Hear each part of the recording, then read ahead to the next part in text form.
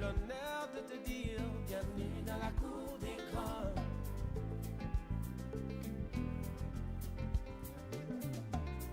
Tu sais, dans le ciel, en ce moment il y a de la joie. Cette chanson pour te dire bienvenue dans la cour des grands. Whoa, whoa, whoa. En Afrique, Amérique, Europe, Asie, Australie, tout le monde est là, c'est toi qu'on attendait.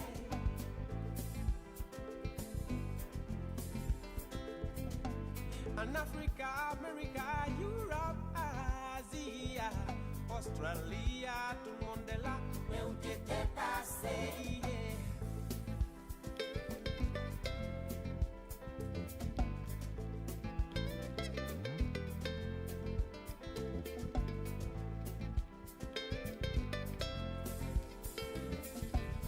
Souris, je t'en prie, souris à la dignité.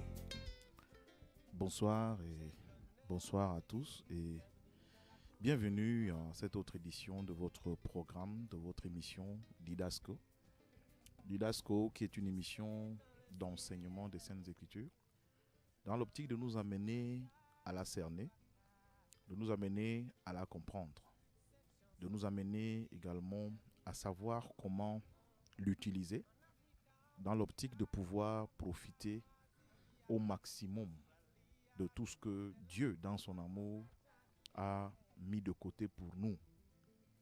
Dans la parole, il dit, c'est des choses que l'œil n'a jamais vues, que les oreilles n'ont jamais entendues.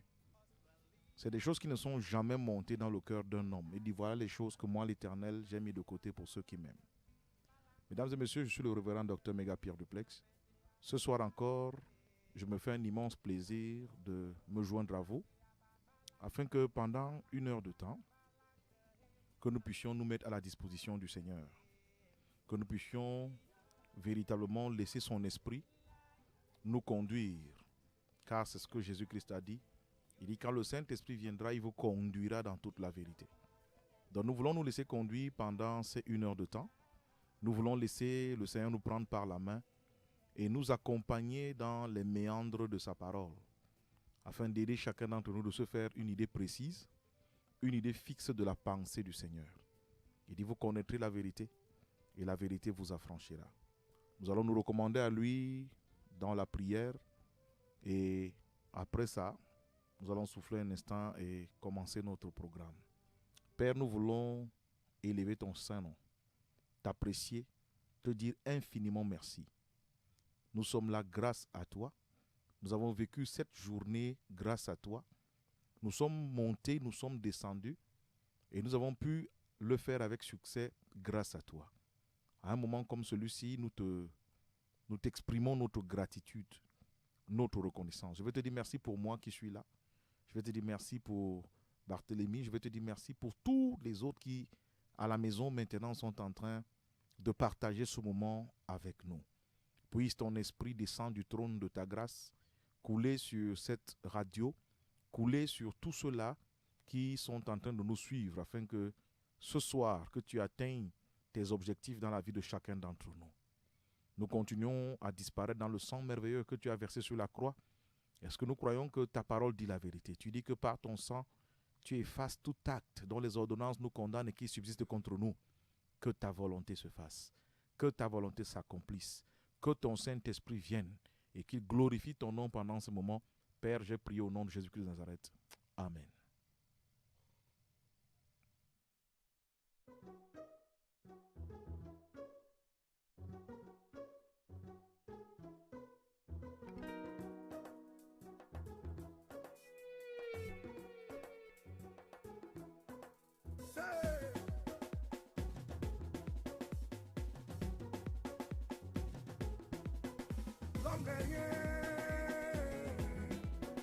L'homme n'est rien sans Jésus.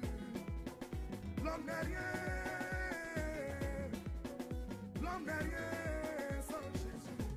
Tu vis la vie de Dieu sans penser au tout puissant Dieu. L'auteur de la vie, propriétaire de la santé. J'ai l'impression que la vie tu l'as achetée en pharmacie. L'homme n'est rien. L'homme n'est vraiment rien.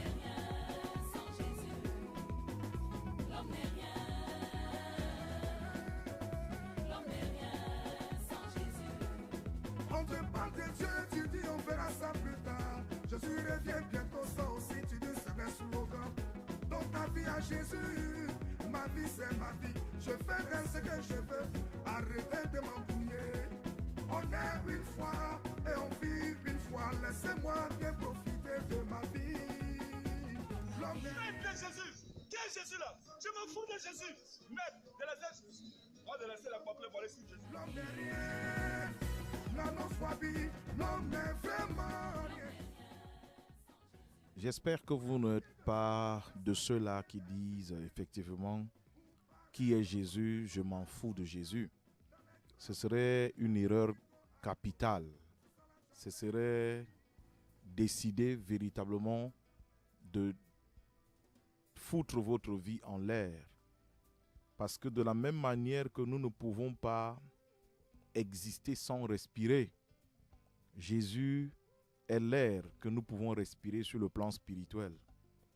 Quand vous lisez dans les Saintes Écritures, dans Jean chapitre 1er, on vous dit que tout a été fait par Jésus.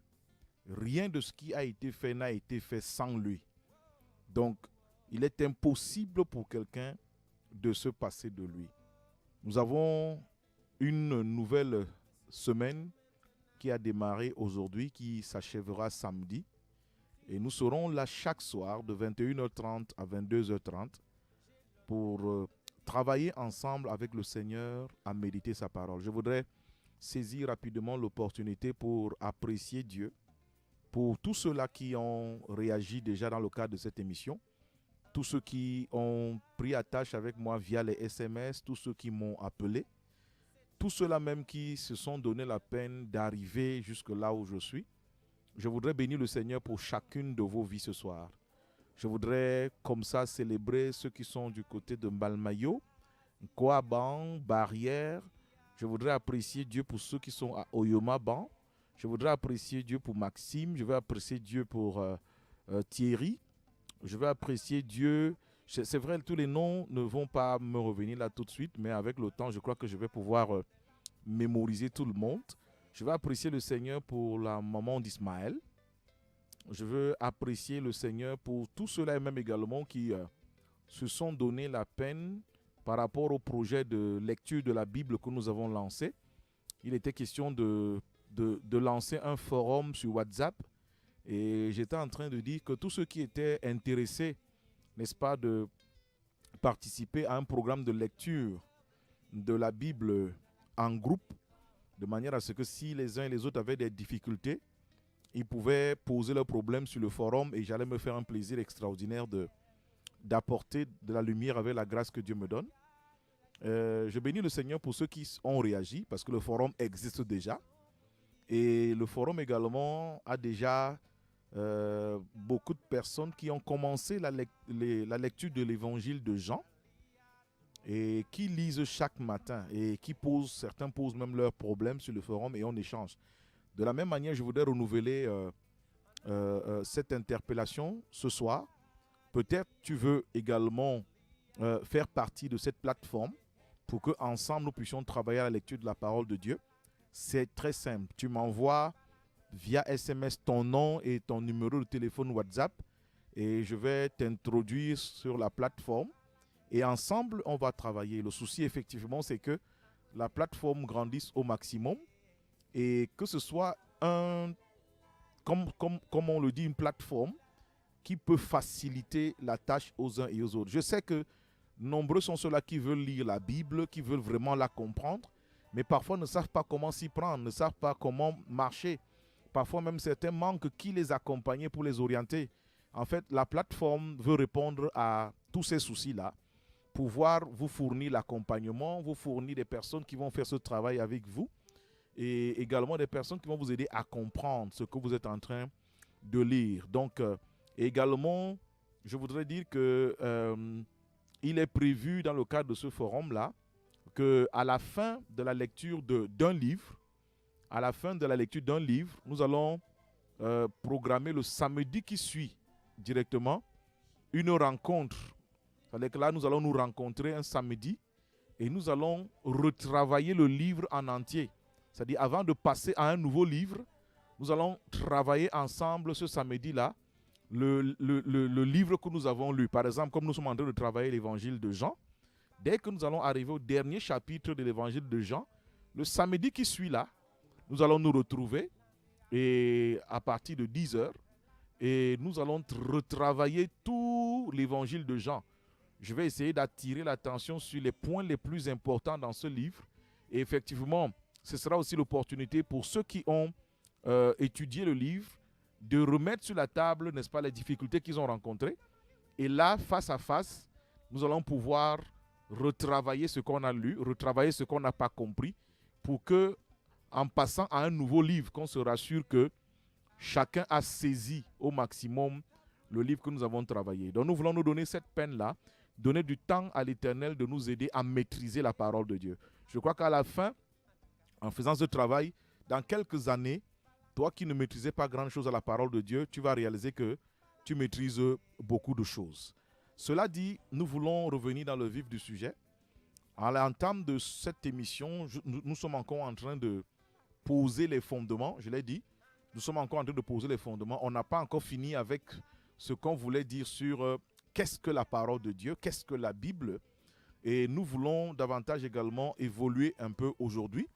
Et dans le cadre de cette semaine-ci, nous voulons clôturer. Parce qu'en fait, s'il faut tout dire sur la Bible, je vous rassure que même un an d'émission ne suffirait pas pour éponger tout ce qu'il faut dire sur la Bible. Du coup, je voudrais nous donner l'essentiel, ce qui va nous aider véritablement à évoluer dans le travail que nous voulons faire.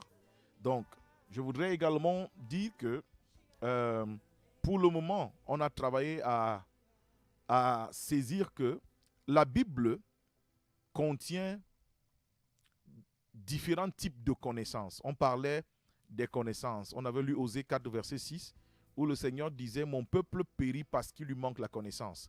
On avait défini ce que c'était que la connaissance et on avait également compris qu'il était important pour nous d'acquérir la connaissance parce que la connaissance, comme quelqu'un l'a dit, « Knowledge is power ». La connaissance est un pouvoir. La connaissance que vous maîtrisez libère en vous un pouvoir. Que cela soit sur le plan intellectuel, sur le plan social, sur le plan physique, dans différents domaines. Quel que soit le domaine, si vous maîtrisez la connaissance qui fait ce domaine, automatiquement, vous avez un pouvoir extraordinaire dans ce domaine. C'est comme quelqu'un qui s'intéresse au monde du football, qui se donne au football comme on a certains, c'est vrai qu'ils ne sont pas tous, des joueurs qui, sur le plan professionnel, ont été des footballeurs de haut rang, des footballeurs de qualité. Et puis, à la retraite, reviennent comme entraîneurs. C'est des personnes que l'on craint. C'est des personnes que l'on admire, que l'on respecte parce qu'on se dit, ils maîtrisent le football. Déjà, en tant que joueurs, ils ont joué et parfois même les joueurs qu'ils encadrent vont leur vouer un respect extraordinaire. Je prends un cas très récent. On a le Français Zinedine Zidane qui a entraîné le Real de Madrid. Et nous connaissons tous l'équipe du Real de Madrid. Nous connaissons tous les grosses têtes, les joueurs qui figurent dans cet effectif. Ce n'est pas évident de venir les manager. Mais quand Zinedine Zidane est arrivé, les joueurs ont manifesté un respect extraordinaire. Pourquoi? On connaît le vécu de l'homme en tant que footballeur. Et maintenant, lorsqu'il arrive, n'est-ce pas, les conseils qu'il donne, les orientations qu'il donne, les joueurs sont obligés de respecter parce qu'ils se disent il a une vision hors pair du jeu. Il a une vision extraordinaire. Bref, toute cette connaissance emmagasinée a donné une autorité à cet homme qu'un autre coach n'aurait pas sur les mêmes joueurs. Donc, la connaissance confère un pouvoir. La connaissance donne une autorité. C'est donc pourquoi nous devons comprendre que même sur le plan spirituel, ce n'est pas le bruit. Ce n'est pas le bruit qui fait l'autorité. Non. L'autorité, d'ailleurs, n'a pas besoin de bruit. L'autorité n'a pas besoin de bruit. L'autorité est une réalité que ou tu l'as ou tu ne l'as pas. Ou la connaissance qui fait la chose, tu l'as ou tu ne l'as pas.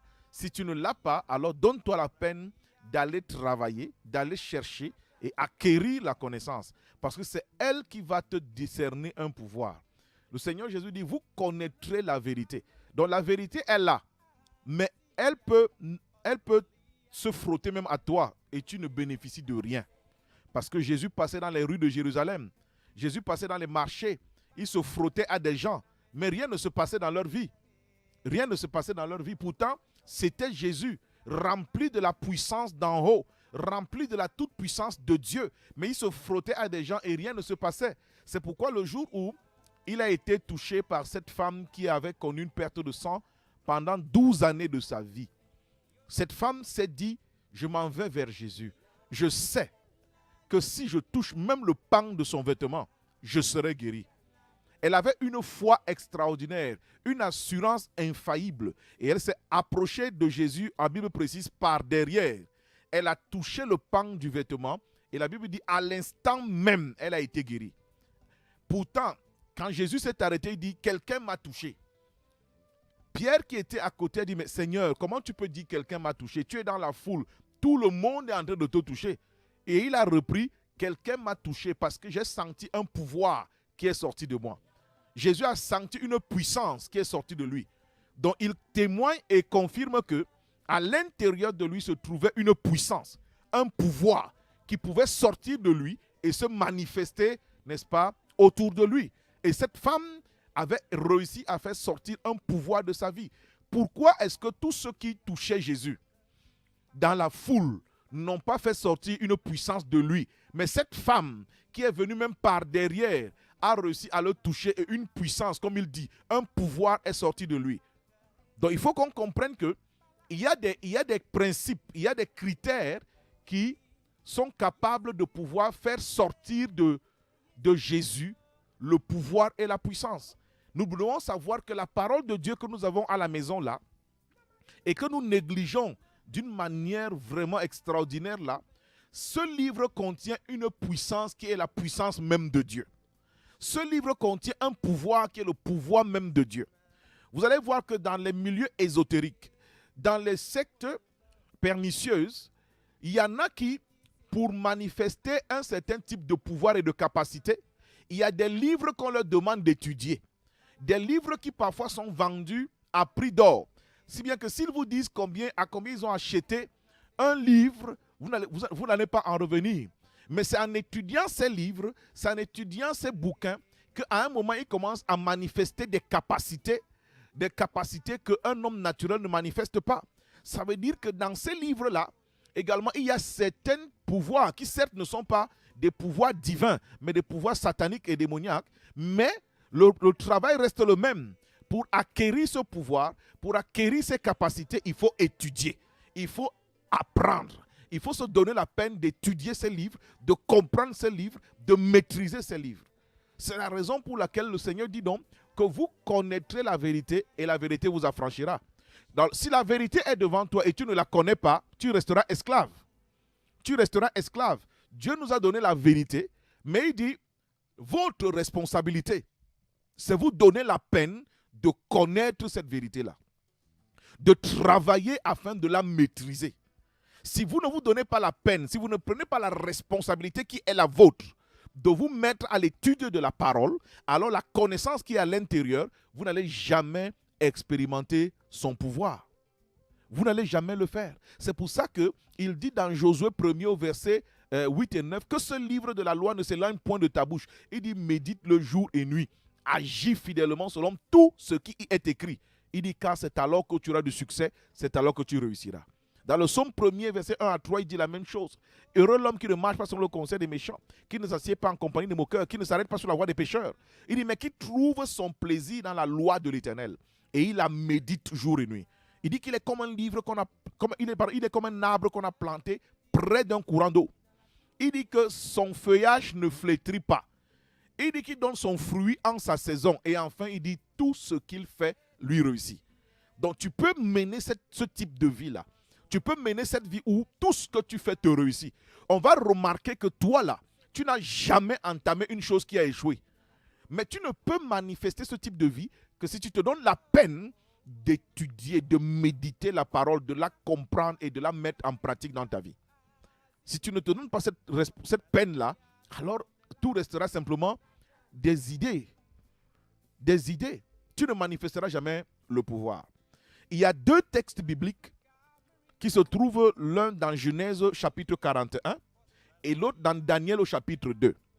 Ces 2 textes bibliques que je voudrais véritablement que après tu peux noter et quand tu vas trouver du temps demain, et tu peux te permettre de relire ça, ces 2 chapitres-là. Genèse chapitre 41 et Daniel chapitre 2. Dans Genèse chapitre 41, on nous relate l'histoire de Joseph. C'est une histoire que nous connaissons tous. C'est Joseph qui arrive en Égypte et il est pris comme esclave dans la maison de Potiphar. Et puis l'épouse de Potiphar se met à l'aimer et veut le séduire. Il refuse de coucher avec la femme de Potiphar. Elle l'accuse injustement et le fait jeter en prison. Pendant qu'il est en train de croupir en prison, 2 serviteurs de Pharaon sont jetés en prison également et partagent sa cellule. On dit une nuit, les 2 ont eu chacun un rêve. Et le matin, quand ils sont levés, ils n'arrivaient pas à trouver une explication au rêve qu'ils ont eu. Et pendant qu'ils étaient en train de se gratter la tête, de réfléchir, et Joseph les a entendus partager leur incompréhension de leur rêve. Et il leur dit, qu'est-ce qui s'est passé? Les 2 ont raconté le songe à Joseph, et Joseph a donné l'explication aux 2 serviteurs. Il a dit à l'un, le songe que tu as eu signifie que dans 3 jours, Pharaon va te récupérer, il va te pardonner, il va constater qu'il t'avait accusé injustement, et il va te remettre à ta place. Et l'autre s'est empressé aussi de raconter son rêve, espérant une bonne nouvelle. Et lui, Joseph lui dit, mais toi, ton rêve signifie que dans 3 jours, Pharaon va te faire sortir de la prison, mais il va te tuer. Il va te décapiter. Et effectivement, 3 jours après, c'est ce qui est arrivé. Mais Joseph a dit à celui qui allait reprendre sa place, s'il te plaît, souviens-toi de moi quand tu seras auprès de Pharaon. Mais la Bible dit, aussitôt arrivé auprès de Pharaon, il a oublié Joseph. Mais un jour, Pharaon lui-même a fait un rêve. Pharaon a fait un rêve et il a expliqué son rêve à tous les sages, à tous les enchanteurs, à tous les magiciens qui étaient ses conseillers, mais personne n'arrivait à donner l'explication. C'est en ce moment que le serviteur qui avait récupéré sa place se souvient de Joseph. Et il propose à Pharaon, il lui dit, il y a un esclave dans tes prisons qui est capable de te donner la signification, l'interprétation de ton rêve. Il peut te donner l'interprétation de ton rêve. Et on a fait venir Joseph. Pharaon lui a raconté le songe et Joseph lui a donné l'explication. Joseph lui a dit, c'est Dieu qui t'a donné ce rêve et Dieu par ce rêve est en train de t'annoncer ce qui va arriver à ton pays dans les 14 prochaines années. Dieu te raconte ce qui va se passer avec ton pays dans les 14 prochaines années.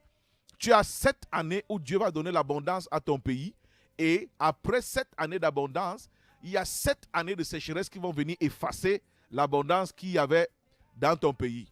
Alors pour que ton pays ne disparaisse pas, il faut que tu puisses très bien gérer les 7 années d'abondance, que tu puisses te faire une réserve qui va permettre que tu puisses sans problème traverser les 7 années de sécheresse. Malgré tout ce que Joseph expliquait, ni Pharaon, ni ses conseillers ne comprenaient. Jusqu'à ce que Pharaon décide, ok, Joseph, comme c'est toi seul qui comprends de quoi il est question, voici l'Égypte, voici ma bague qui symbole de mon autorité, je mets à ton doigt. À partir de maintenant, toi seul, en dehors de moi, tu contrôles toute l'Égypte. Tu diriges l'Égypte, tu gères l'Égypte et tout ce que tu nous as dit là, réalise cela sur l'Égypte. Bien-aimé, je veux attirer ton attention sur un fait. Voici un esclave qui arrive dans un pays qui n'est pas son pays. Il arrive là-bas et parce qu'il manifeste un type de connaissance, il prend l'autorité sur ce pays. La connaissance confère un pouvoir.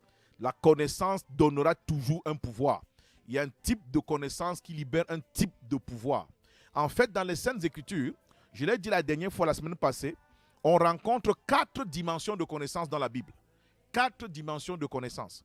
La première dimension de connaissance, quand tu lis ta Bible, en grec, c'est gnosis. La deuxième dimension de connaissance, c'est ginosko. La troisième dimension de connaissance, c'est eido. Eido ou eida. Et la quatrième dimension de connaissance qu'on rencontre dans les Saintes Écritures, c'est epignosis. Epignosis. En fait, la première dimension de connaissance, en fait, voilà quatre mots grecs que l'on retrouve dans les Saintes Écritures, spécialement dans le Nouveau Testament. Voilà 4 mots grecs qui ont été traduits en français par un seul mot, connaissance. C'est pourquoi celui qui lit sa Bible en français et qui ne maîtrise pas ces réalités dans les textes originaux en grec, il va rencontrer connaissance et il comprendra simplement connaissance. Mais il ne saura pas qu'il y a gnosis qui a été interprété par connaissance, il y a gnosko qui a été interprété par connaissance, il y a eido qui a été interprété par connaissance, il y a epignosis qui a été interprété par connaissance. Donc ces 4 mots ont été traduits par un seul mot français qui est connaissance. Donc nous allons rencontrer connaissance, mais partant de là, on ne pourra jamais savoir qu'il y a 4 dimensions de connaissance et que ce mot connaissance traite de tel type de connaissance et l'autre aussi de tel autre type de connaissance. En fait, quelle est la différence qu'il y a entre ces différents types de connaissances? La première dimension de connaissance, gnosis, c'est la dimension de connaissance par laquelle le monde dans lequel nous vivons existe et fonctionne. C'est une connaissance scientifique. C'est une connaissance que l'on acquiert en allant vers les livres. C'est une connaissance livresque. C'est-à-dire que si tu ne vas pas vers les livres, tu ne peux pas acquérir cette connaissance. C'est pourquoi celui qui a fait l'école buissonnière va finir sa vie au bas de l'échelle sur le plan social. Mais ceux qui vont fréquenter et vont avoir leur diplôme, CEP, BPC, Bac, licence, master et autres, plus ils vont grandir dans la connaissance, plus leur influence sociale va augmenter. Donc la connaissance gnosis est une connaissance que l'on acquiert en allant vers les livres. Elle est livresque. Que vous soyez autodidacte ou bien si vous allez à l'école, il y en a qui sont pétris de connaissances mais ont étudié seuls. Il y en a qui ont étudié seuls. Mais il y a d'autres qui ont suivi le cursus normal, qui sont allés à l'école, ainsi de suite. Et cette dimension de connaissance, comme je disais, c'est la dimension de connaissance avec laquelle les hommes ont dompté le monde et leur environnement. C'est avec cette dimension de connaissance que les hommes ont construit les voitures, les bateaux, les avions, les fusées, avec lesquels ils vont déjà sur d'autres planètes. C'est la dimension de connaissance gnosis. Et parce que les hommes ont réussi à maîtriser cette connaissance, ils ont dompté le monde. Ils ont dompté leur environnement. Ils construisent des maisons qui peuvent faire 50 niveaux. Ils construisent des choses extraordinaires. Pourquoi? Ils ont acquis une connaissance qui leur a donné le pouvoir de faire des choses, le pouvoir de réaliser des choses, le pouvoir d'accomplir des choses extraordinaires. La connaissance confère un pouvoir. Ça, c'est clair. La connaissance confère un pouvoir. Et pour la connaissance gnosis, comme je le disais, si vous n'allez pas vers les livres, vous n'allez jamais acquérir cette connaissance. Jamais vous allez acquérir cette connaissance. Maintenant, il y a la deuxième dimension de connaissance dont j'ai parlé, ginosko, qui est une connaissance qui en fait désigne tout ce que nous pouvons acquérir comme information via la révélation. Via la révélation. Voyez un peu.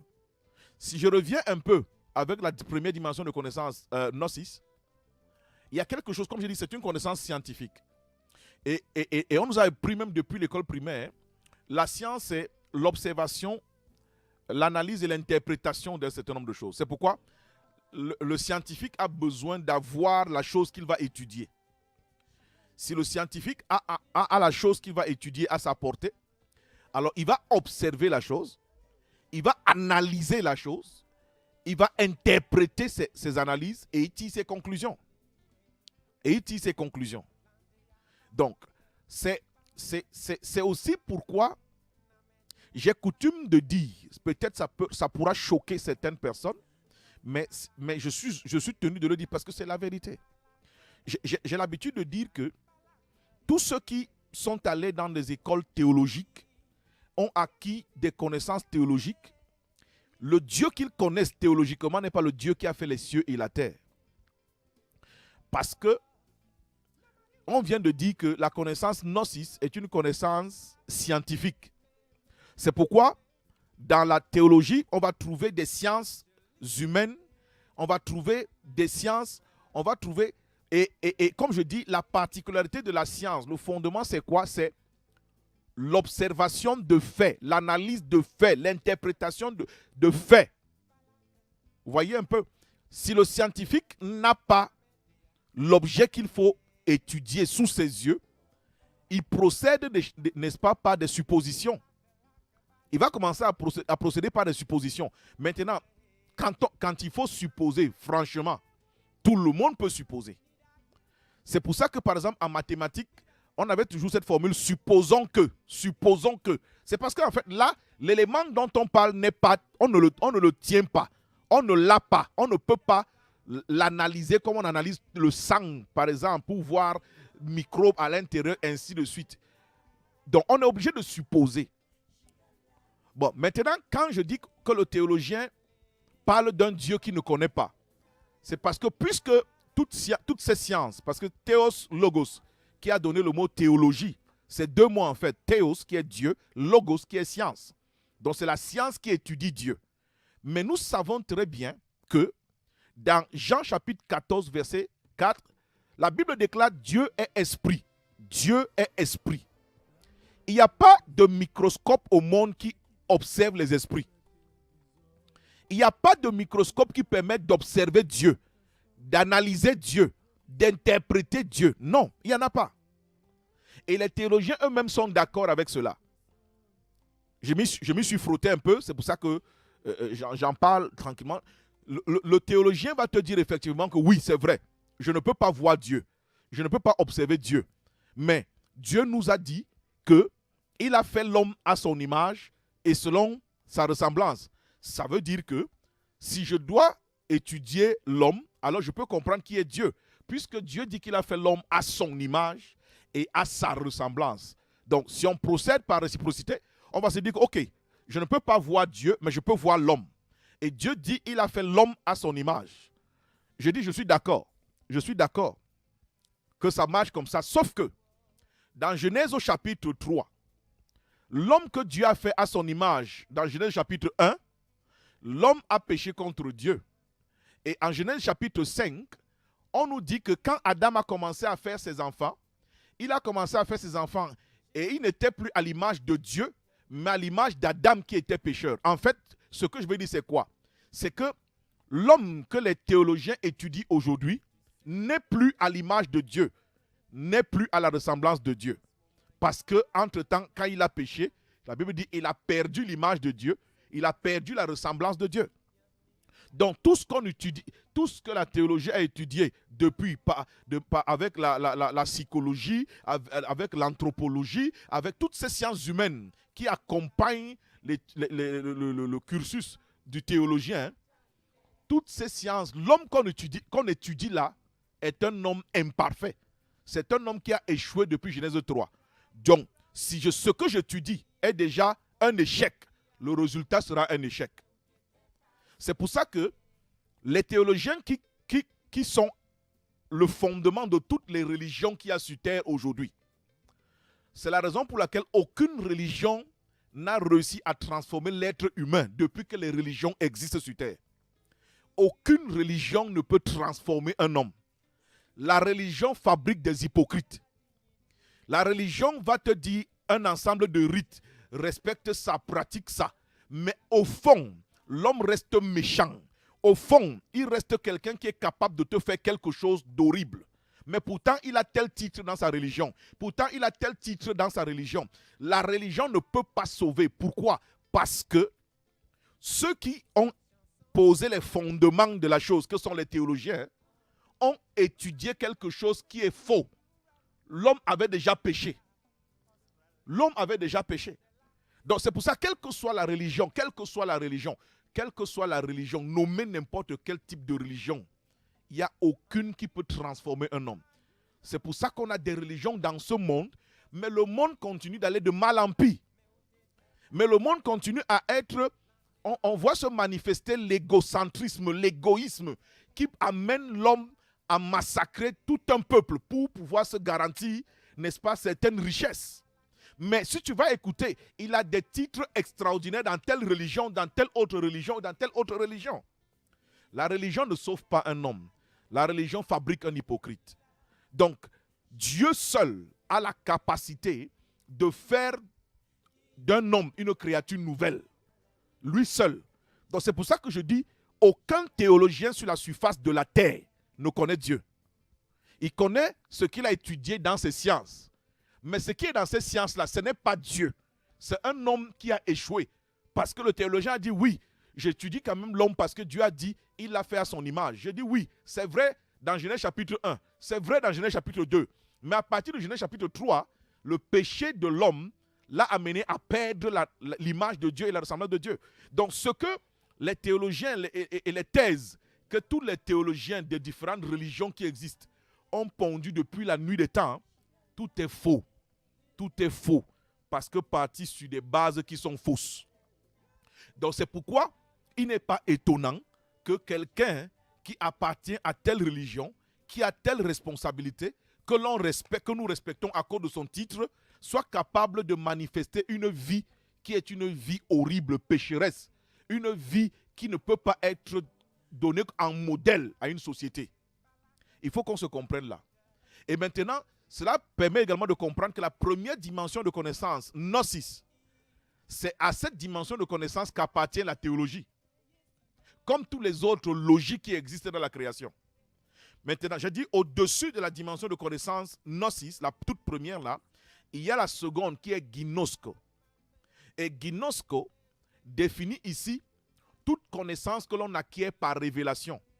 Et je disais donc qu'il y avait une grosse différence entre l'approche, certaines personnes ont souvent utilisé ce terme-là, l'approche gnostique.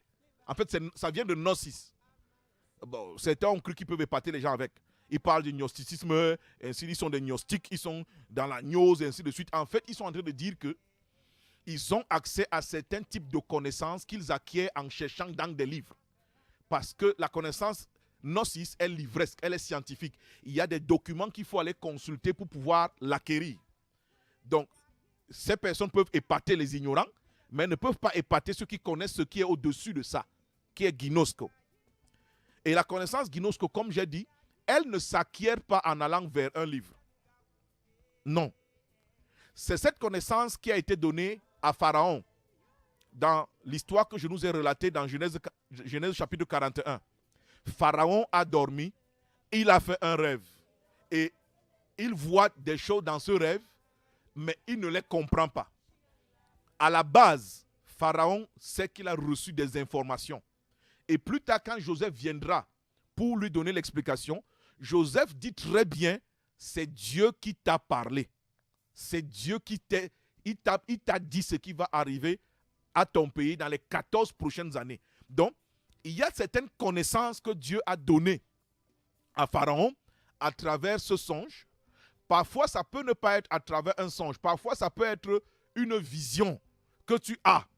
Tu sens comment quelque chose te saisit.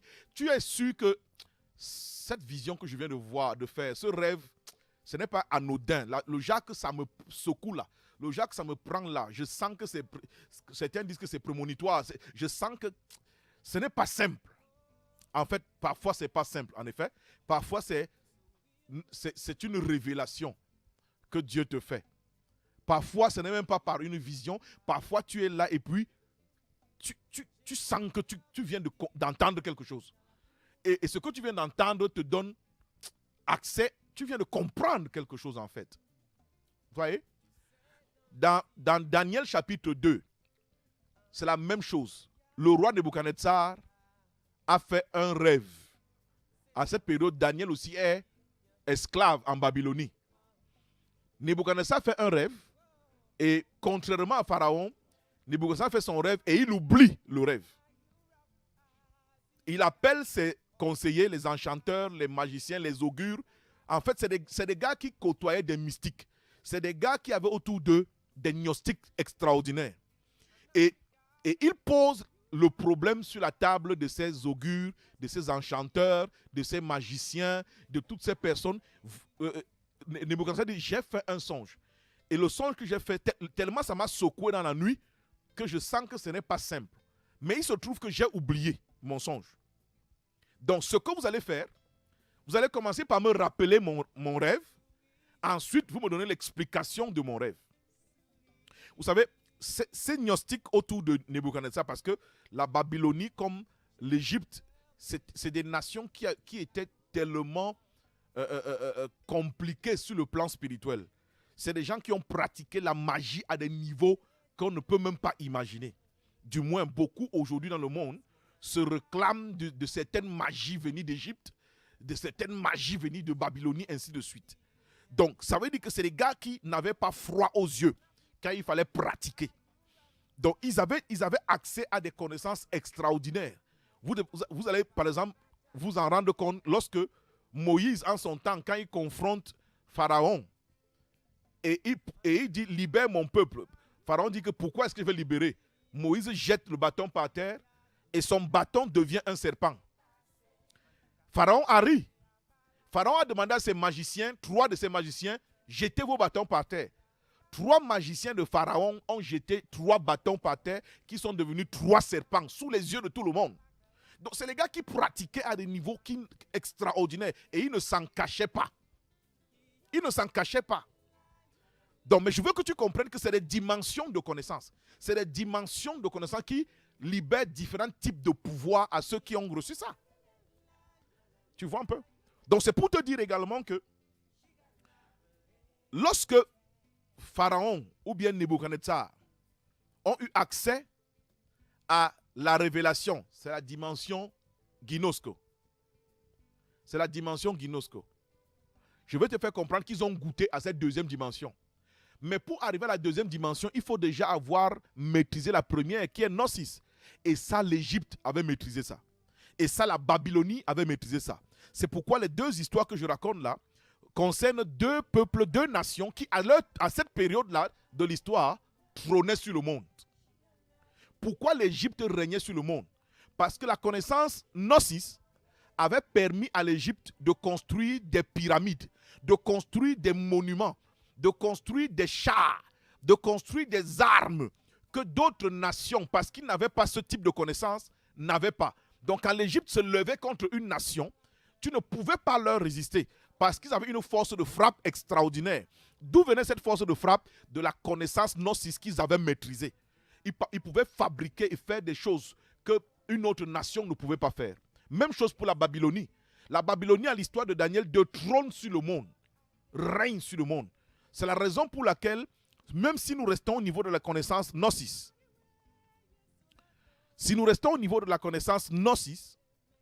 celui qui maîtrise la dimension de connaissance gnosis va manifester un pouvoir que les autres qui ne maîtrisent pas ne peuvent pas contenir. De nos jours, on dit qu'en matière de guerre, que personne n'attaque les États-Unis. Pendant longtemps, on a parlé des États-Unis comme la nation qui trône sur le monde. Aujourd'hui, il y a un mouvement qui est en train de s'opérer. On voit la Chine arriver, on voit la Russie revenir et tout. Donc, on commence à contester l'hégémonie des États-Unis sur le monde. Donc, mais il y a une période où on ne parlait pas, on ne réfléchissait pas. Ils sont les numéro 1. Pourquoi? Parce qu'en termes d'armement, ils ont des armes que s'ils vous sortent ça, vous ne pouvez pas tenir. Ils ont des capacités que d'autres nations, d'autres civilisations n'ont pas approchées. À un moment, c'était la bataille entre les États-Unis et la Russie qui ira le premier sur la Lune. Donc, les gars ont commencé à développer la connaissance et jusqu'à envoyer des hommes là-bas. Celui qui maîtrise la connaissance trône sur les autres. Parce que la connaissance confère un pouvoir. La connaissance libère un pouvoir. Donc c'est pourquoi il est question en ce qui concerne les choses de Dieu et consorts. Ce n'est pas en faisant beaucoup de bouquins, en faisant beaucoup de bruit dans les églises que tu dis que non, ça ne marche pas comme ça. Tu dois connaître la vérité. Et la vérité va libérer en toi son pouvoir, sa capacité. Je suis obligé de ralentir là parce que je voudrais donner l'opportunité à certaines personnes de réagir. Il reste environ un quart d'heure pour clore notre émission. Comme je dis, malheureusement, le temps n'est pas assez long. C'est 1 heure et il faut pouvoir gérer ces 1 heure-là. Donc, je vais m'arrêter là. Demain, je vais continuer. J'ai parlé ce soir principalement de la dimension de connaissance gnosis. Et j'ai essayé de nous amener à comprendre comment elle fonctionne et qu'est-ce que ça donne comme capacité. J'ai dit que le monde que nous avons aujourd'hui, il est tel qu'il est. parce que les hommes ont maîtrisé la dimension de connaissance gnosis. Maintenant, je parlais de la deuxième dimension de connaissance qui est au-dessus de la dimension de connaissance gnosis. Parce que celui qui a la dimension de connaissance ginosko, lorsqu'il parle, celui qui a la connaissance gnosis ne peut rien dire. Il est capable de réaliser, de provoquer des choses dans la société, dans la vie, que celui qui a la connaissance gnosis ne peut pas provoquer. Ne peut pas provoquer. Donc, c'est pour nous dire véritablement que, et la bonne nouvelle, l'excellente nouvelle dans tout ça, c'est que cette connaissance est disponible dans la Bible que tu négliges à la maison là. C'est dans la Bible. Tout ça est dans la Bible. La Bible est capable de te donner ce type de connaissance là. C'est pourquoi quelqu'un qui maîtrise la parole de Dieu, tu ne peux pas l'affronter. Ne l'essaye pas. Le Seigneur dit dans sa parole que quelqu'un qui a rempli ces critères, il dit que nul ne tiendra devant toi. Nul ne tiendra devant toi. Donc vous devez comprendre que c'est très sérieux. Donc mon souci dans tout ça, c'est que je veux qu'on arrête un peu le boucan qu'on fait tous les jours. Là, on dit que c'est l'église, ce n'est pas l'église. Jésus a dit, je bâtirai mon église. Et il dit, les portes du séjour des morts ne prévaudront point contre elle. Jésus dit, je vais construire mon église et rien de l'enfer ne pourra attaquer ça. Sur quoi il compte pour dire ça? Sur quoi il compte pour dire ça? Il compte sur les dimensions de connaissance. Nous avons reçu un SMS que je vais rapidement lire. Bonsoir mon père. Moi, c'est Laure de Mbalmayo. J'ai un problème. Je ne sais pas ce qui se passe avec mon école. Cette année, je ne sais pas ce qui se passe avec mon école cette année. Priez pour moi, pour que le Seigneur aide ma mère. Quand je demande de l'aide à mes oncles, ils disent qu'ils n'ont pas. Merci mon Père de toujours nous éclairer dans ton évangile. Ok, bien-aimé Laure, je veux prier le Seigneur pour toi. Je voudrais aussi et surtout que ne mets pas ta confiance directement en des personnes. Tu vas être déçu. Mets ta confiance en l'Éternel. C'est pour ça qu'il dit dans sa parole, si tu as un problème, fais-moi connaître ton problème. Dieu dit, fais-moi connaître ton problème. Ailleurs, il dit, venez à moi, vous tous qui êtes fatigués et chargés. Il est mieux que tu ailles vers Dieu, dans le secret de ta prière, dans ta chambre, et que tu lui dis, Seigneur, maman a des difficultés, j'ai besoin d'aide pour mon école, je me tourne vers toi, s'il te plaît, assiste-moi, aide-moi, pour que je puisse avoir de quoi véritablement poursuivre mes études. Quand tu remets ton sujet de prière entre les mains du Seigneur, lui maintenant, il a la capacité de toucher n'importe qui pour te venir en aide. Il peut toucher n'importe qui. Il peut toucher même des gens qui ne te connaissent pas. Il peut toucher même des gens que tu n'as jamais soupçonnés. Et ces personnes vont venir te remettre ce qui est nécessaire. Je me souviens, un jour, j'avais justement une situation, j'avais besoin d'argent. J'avais un défi financier. Mais je n'avais pas d'argent sur moi. Mais j'ai posé le problème entre les mains du Seigneur. Je dis, Seigneur, voilà le besoin, tu sais, j'ai besoin d'argent. Eh bien, je n'ai pas d'argent et tu m'as appris à ne pas compter sur un homme, mais à compter sur toi. Alors, Seigneur, je t'en supplie, interviens et merci de me bénir.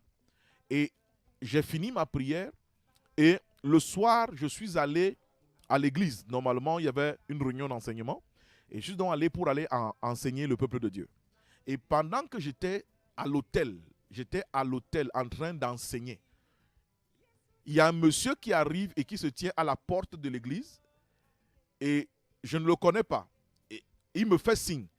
Maintenant, je me dis, je suis en plein enseignement. Qu'est-ce que je fais, Seigneur?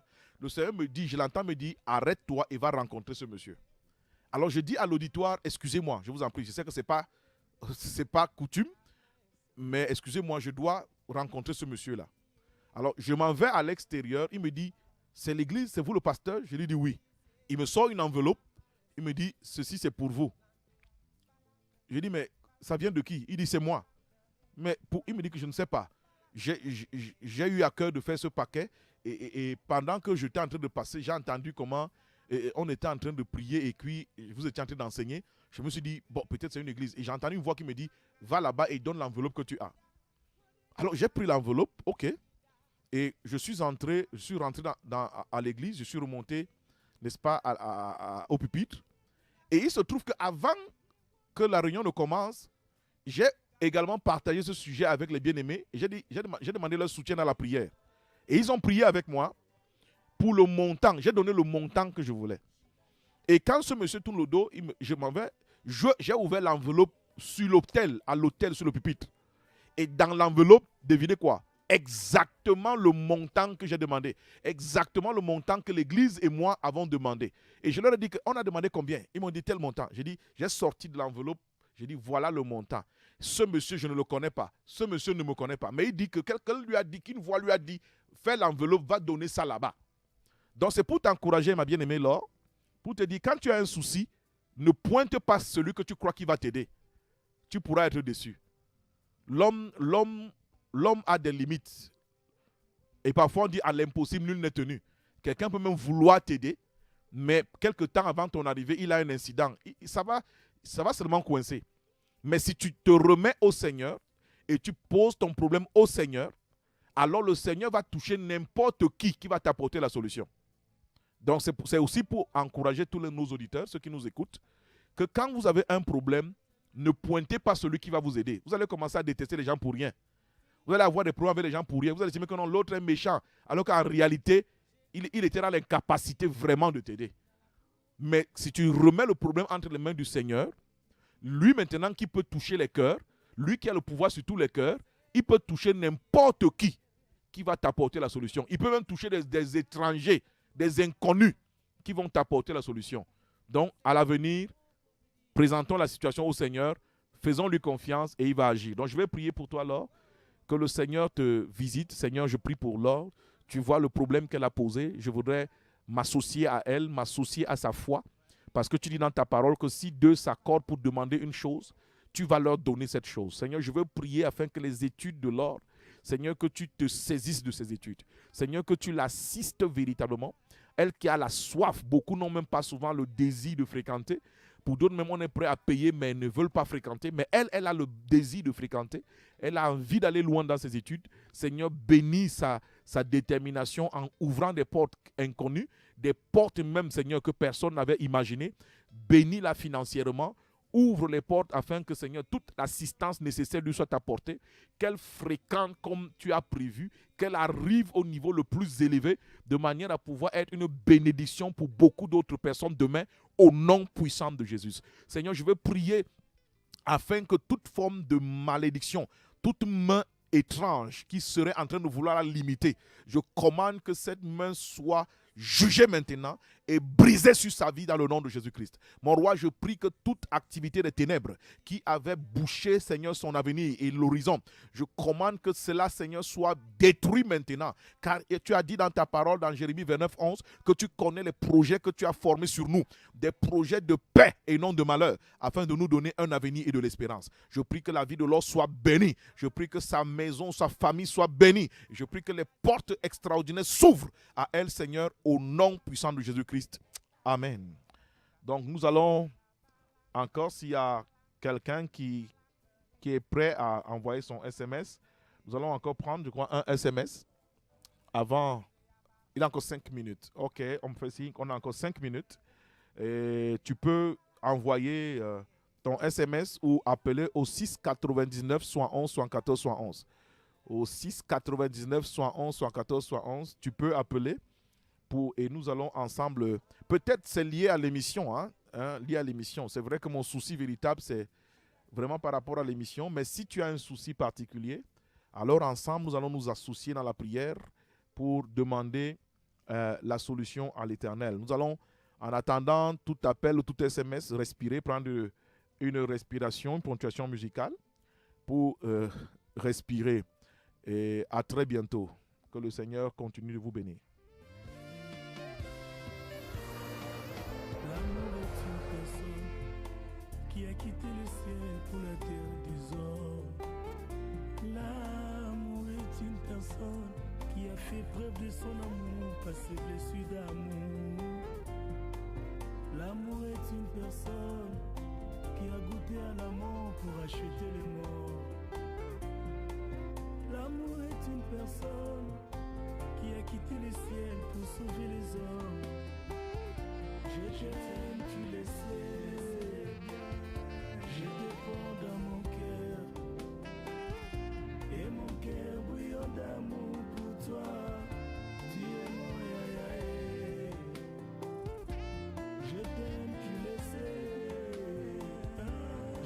palpant dans mon cœur. Et mon cœur brûle d'amour pour toi. Nous allons prendre cet SMS. Bonsoir, homme de Dieu. C'est avec une passion non dissimulée que je vous suis. C'est ma première fois de vous écouter, alors j'aimerais savoir quand vous passez en studio. Merci François. François, que le Seigneur te bénisse. Je suis en studio ici tous les jeudis, vendredis et samedis de 21h30 à 22h30. Donc tous les jeudis, vendredis, samedis, je suis là de 21h30 à 22h30. Que le Seigneur te bénisse. Et je voudrais également signaler pour ceux qui le peuvent, il y a une opportunité extraordinaire encore de partager la parole. Nous avons commencé à l'église un séminaire aujourd'hui. Tout à l'heure, là, à partir de 17h30, on était en séminaire. Et le séminaire va s'achever dimanche. Donc, le séminaire continue demain. Il continue, nous sommes jeudi. Donc, il continue demain vendredi. Il continue samedi. Et nous allons le clôturer dimanche.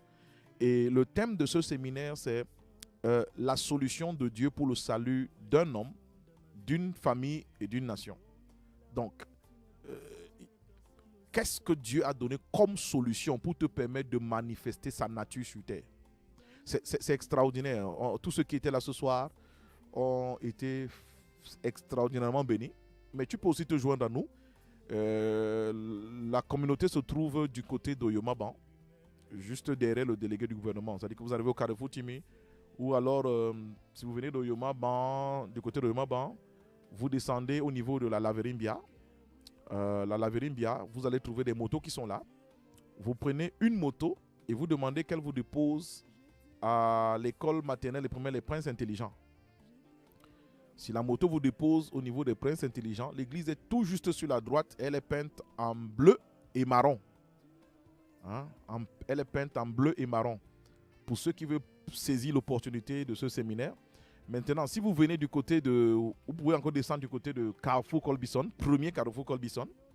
Si vous descendez au premier Carrefour Colbison, vous pourrez prendre une moto là-bas qui va derrière la gendarmerie. Et vous demandez qu'on vous dépose également à l'école Les Princes Intelligents. Je vais lire ce SMS avant de revenir vers nous. Bonsoir pasteur, s'il vous plaît, priez pour moi afin que le Seigneur m'accorde la réussite cette année et accorde la paix dans ma famille. Enfin, qu'il ait l'amour et l'entente. Qui est l'amour et l'entente entre nous? Emmanuel de Biscuiterie. Ok. Emmanuel de Biscuiterie, c'est extraordinaire, n'est-ce pas, que tu demandes cette réussite cette année et que tu demandes également la paix pour ta famille afin qu'il y ait l'entente et l'amour au milieu de vous. Je vais prier pour toi que le Seigneur véritablement fasse cela. Seigneur, tu dis dans ta parole que c'est de toi que sortent toutes les familles de la terre. C'est de toi que sortent toutes les familles de la terre. Seigneur, je veux prier particulièrement pour la famille de Emmanuel. Visite sa famille, je te prie au nom de Jésus. Visite sa propre vie, je te prie au nom de Jésus. Tu es celui qui seul peut accorder le succès véritable et la réussite véritable. Seigneur, alors que son cœur s'ouvre pour solliciter ton intervention, je te supplie de le visiter. Tu as dit dans ta parole que celui qui t'invoque de tout son cœur, tu te laisses trouver par lui. Laisse-toi trouver davantage par Emmanuel. Laisse que ta présence visite sa famille et que cette famille soit transformée, Seigneur, au nom de Jésus. C'est vrai, l'ennemi, quand il entre dans les familles, il divise, il sépare, il dresse les uns contre les autres parce qu'il trouve un plaisir à détruire. Mais je prie que ta présence vienne détruire les plans de Satan contre sa famille, contre sa maison, qu'il y ait une entente extraordinaire entre eux au nom puissant de Jésus-Christ. Amen. Je crois que j'ai annoncé le séminaire là et demain justement nous allons traiter de la solution de Dieu pour les familles. Parce qu'effectivement, les familles se disloquent, les familles se séparent. Parfois, certains membres de la famille regardent et sont impuissants. Mais comment faire pour empêcher que Satan disloque notre famille? Ça, on va traiter de ça demain. Donc c'est pour ça que je suis en train de donner, n'est-ce pas, les différentes orientations. Bonsoir pasteur, merci pour les enseignements. Bruno de Kouaban. Bruno, que Dieu te bénisse. Que Dieu te bénisse véritablement. Que le Seigneur te comble également. Tu sais, la Bible dit, par ces enseignements, mon souci, parce que je ne veux pas passer le temps toujours à prier pour les gens. Je ne veux pas te donner le poisson, je veux t'enseigner à pêcher. Pour que demain, si tu as un problème, tu sais ce que tu dois faire. Tu maîtrises la parole de Dieu, tu connais ce que tu dois faire. Tu connais quel comportement tu dois adopter pour que la situation se décante. Celui qui sait pécher ne peut plus jamais avoir faim. Celui à qui on donne le poisson peut encore avoir faim. Donc, je suis en train de dire que pour rallier l'église, pour ceux qui peuvent descendre du côté de Carrefour, premier Carrefour Colbison, prenez les motos qui vont du côté de la gendarmerie Colbison. Vous demandez qu'on vous dépose à l'école Les Princes Intelligents. Et effectivement, quand on vous dépose à l'école, sur la droite, quand vous êtes en face, vous contournez le mur par la droite, vous allez tomber sur la communauté. Je dis qu'elle est peinte en bleu et en marron. Quand vous allez voir ça, vous ne pouvez pas vous tromper. On a également ce SMS. Merci. Votre connaissance me fera venir communier dans votre assemblée dès dimanche. François. François, toi, comme toute autre personne qui voudrait venir passer du temps autour de la parole de Dieu, vous êtes les bienvenus. Vous êtes les bienvenus. Je voudrais clôturer en rappelant que j'ai lancé ce programme, cette plateforme sur WhatsApp pour tous ceux qui veulent étudier, lire la parole de Dieu. Nous sommes en train de travailler l'évangile de Jean. Pour tous ceux qui veulent étudier la parole de Dieu, méditer la parole de Dieu, vous m'envoyez simplement votre nom et votre numéro de téléphone WhatsApp. Je vais vous introduire sur le forum et ensemble, donc, on va continuer l'étude ensemble. Et il est question pour chacun de lire 2 chapitres par jour. 2 chapitres par jour. Donc, après lecture, s'il y a des versets que vous ne comprenez pas, des versets pour lesquels vous avez besoin d'éclaircies, vous écrivez sur le forum simplement. Et je réponds sur le forum. Et quand je réponds généralement sur le forum, c'est pour que nous tous les autres également puissent profiter de vos questions. La réponse à votre question peut éclairer quelqu'un d'autre. Donc c'est cette petite communauté que nous voulons créer sur le forum pour pouvoir étudier ensemble la parole de Dieu. Cet SMS, bonsoir pasteur, c'est Marie-Gisèle depuis la Barrière. Pasteur, tout ce que je prévois faire échoue. Tout ce que tu prévois faire échoue. Effectivement, en fait, j'hésite en ce qui te concerne, Marie-Gisèle, parce que il n'y a pas de solution toute faite là. En fait, tout ce qui se passe, c'est que Satan a accès à ta vie. Satan a accès à ta vie. Et il faut maintenant que tu apprennes comment procéder pour que il ne supporte plus ta vie. Parce que si tu transformes ta vie, Satan ne pourra plus supporter d'avoir accès à ta vie. La présence de Dieu en toi va le garder très loin de toi. Là maintenant, effectivement, on va prier. Mais généralement, ce type de prière,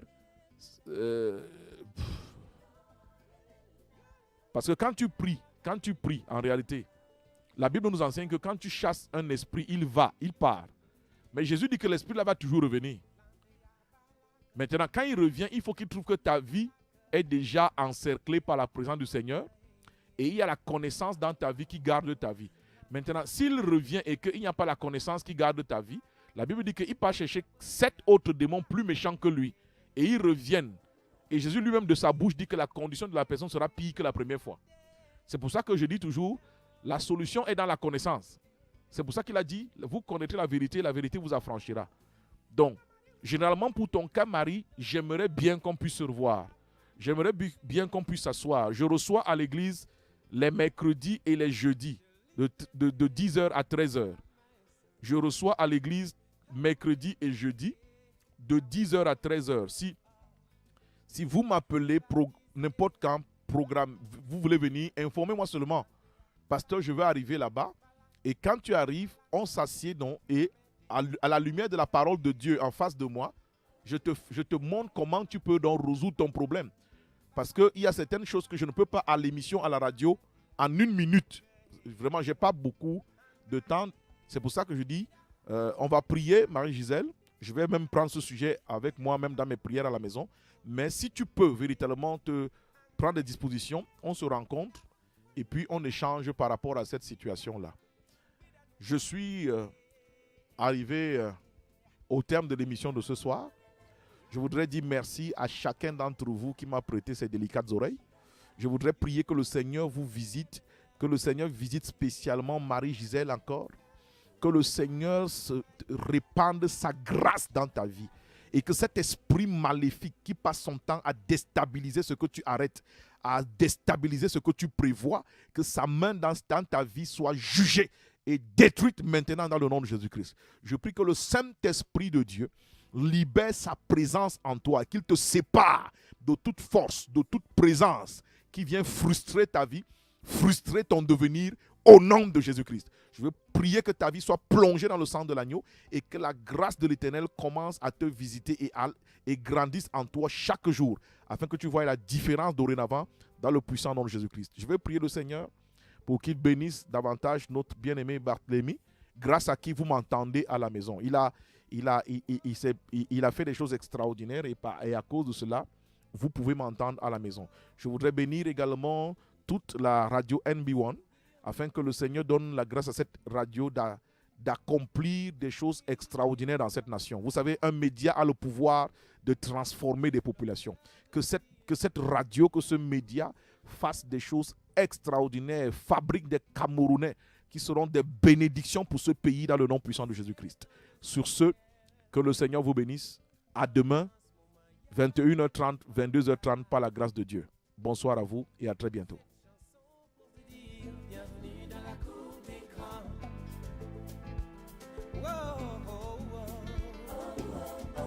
En Africa, America, Europe, Asia, Australia, tout le monde est là, c'est toi qu'on attendait.